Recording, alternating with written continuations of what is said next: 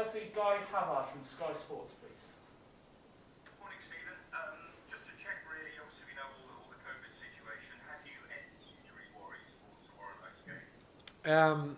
The only concern is Callum O'Dowd, who just has just a bit of a dead leg. So we'll see how he does over the next 36 hours. We'll see how he is. Stephen, I don't know if you've seen the comments from Jose Mourinho, the Tottenham manager, who's obviously lost Matt Doherty for the weekend's match against Man City. He says, amongst other things, great emotions in the national team matches, superb friendlies and total safety.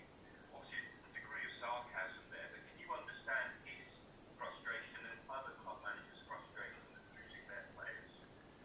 Well, I think first and foremost, I'm sympathetic towards the players themselves, because it's quite traumatic for the player to get coronavirus in a situation like that, and the effect on their families.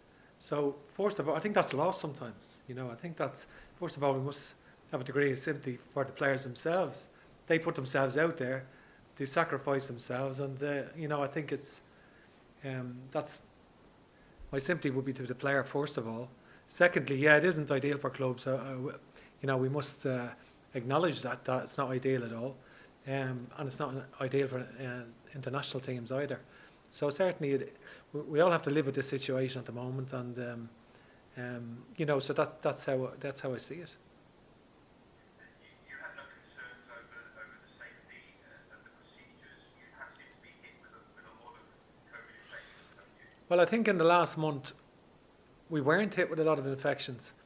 We were hit with close contacts, because maybe we adhered to the policies a lot stricter maybe than anyone else, because we had that 2 metre rule.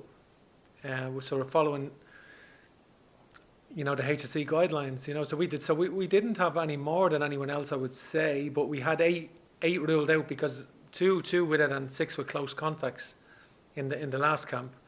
And obviously in this camp, we've had 4 ruled out of it. But that's, it's difficult to manage, and that's, I think that, a lot of the protocols have been followed and to a high standard. But just sometimes, the virus doesn't discriminate. You called up Tottenham's Troy Parrott. He's obviously been injured, hasn't he, from Millwall? I mean, was he not called up in the initial squad because of injury? And how much football do you think you might get out of him tomorrow night if needed? Listen, Troy's a brilliant young player that we have, I've had in the under-21 squad, scored some terrific goals. I think, he certainly wasn't part of our plans for the senior international team now where he is at the moment. I think, initially just coming into the under-21 team, speaking to Jim Crawford, the under-21 manager, and all the staff, that the GPS results in training last week were of very high standard. I think, he's training really well, and he was very, very fit in the training week they had. Played 45 minutes and did very well. And obviously, because we've had sort of a lot of withdrawals because of what we've spoken about, he comes into the squad, and but he won't start or anything like that. Tony O'Donoghue, RTE, please. Hi, Stephen. Are you going to have to review again, do you think, all the protocols around this particular session of matches and indeed the last couple of months?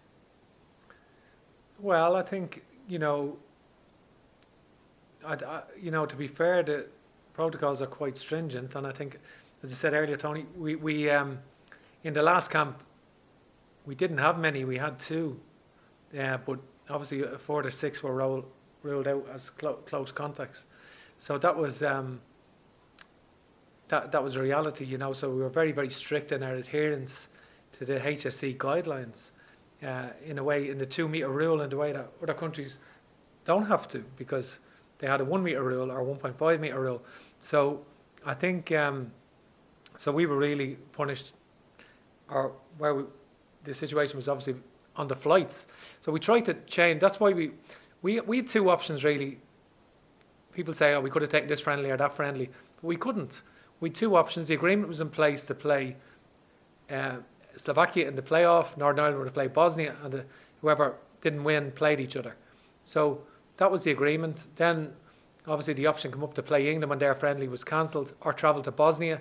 We took the game against England for mainly, one of the main reasons we took it was for safety reasons, in that we wanted to minimise the risks, meet in England, travel to Cardiff and play in England, play in Wales and come to Dublin, minimise the travel time, cut out the close contacts on the plane, minimise all of that. That was a strong part of the reason we played the game. And I think so we were offered the alternative was Bosnia away, England away. We decided on England away. I think, but nevertheless, we can't. It's very, very difficult to contain, and if a player comes in with it, and it can happen. And do you feel that's what happened? That the player or the players came into the camp with COVID and the testing flushed that out rather than it being. Yeah, of course. Yeah, of course. Yeah. And Alan Kelly's situation, it seems odd that he was with the team for the two matches. Did he just feel that by coming to Dublin that his own safety might be at risk? Yeah, listen, Alan, as you know, has been a great servant to Irish football, and he's a terrific goalkeeping coach. He has concerns, and which he articulated, and I've no issue with that at all. That's I respect that. Looking ahead to tomorrow's game, what sort of team can you put out, and what sort of style or what sort of game plan, team shape will you have? Do you think will it still be the same philosophy? Well, I think we've got it's a challenge for us tomorrow. I think we've got obviously,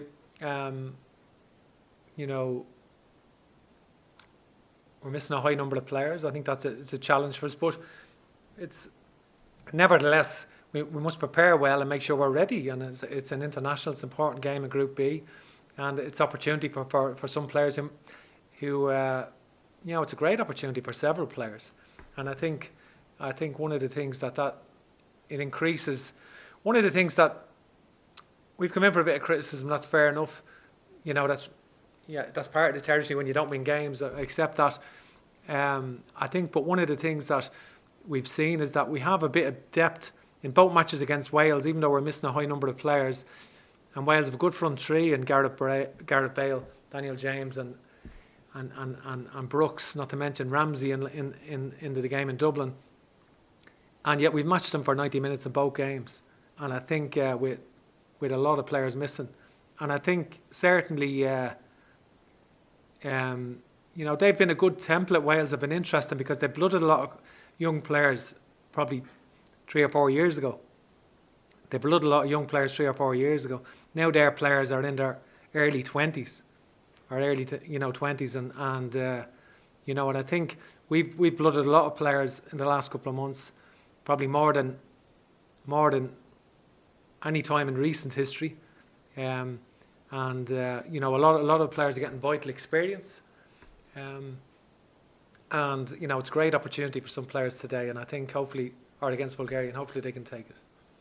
Will Dalton pledge media, please? Morning, Stephen. Just picking up on something you said there, obviously from Wales development.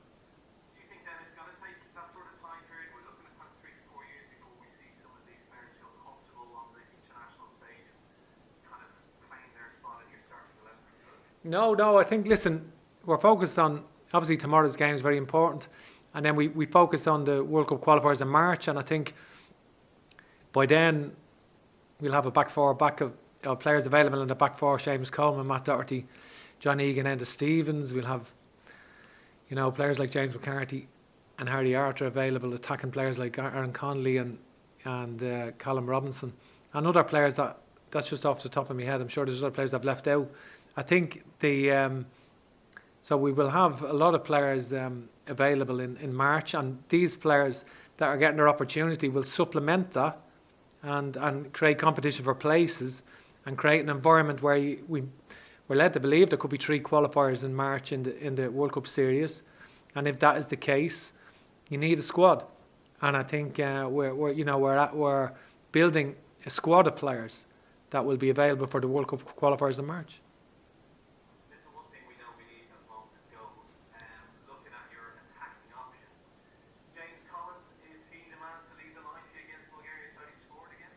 Well, we haven't picked a squad, or haven't picked a team yet. And James, you know, has scored some goals for Luton this year, and he was obviously very important in them getting promoted from League One to the Championship and in keeping them up last season. And he's a different type of striker than what we have. Okay, we've got 1 more minute in the live section, so we'll bounce to Damien Spellman for that, please. Hi, Stephen. Given the problems you've got with selection, I mean, you must feel like you've broken a couple of mirrors now. But, you know, have you ever faced a challenge like this in your career before?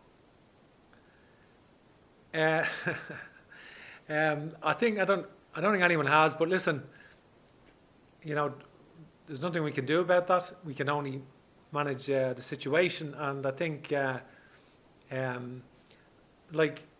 player's application has been exceptional, and I think we've just got to galvanise ourselves for this one last game now against Bulgaria. Bulgaria missed a penalty to draw 2-2 in Finland. They played quite well against Finland. They got 2 penalties in the game. They scored one and missed one, and so they played quite well. So obviously they lost in the 90th minute to Wales as well. So they've improved a lot, and they're well drilled, and they've been more expansive in recent matches than they were previously. So it's a tough game. So a lot of players coming into the team. So we'll have to step up and have a good home performance and try and get that win that we need.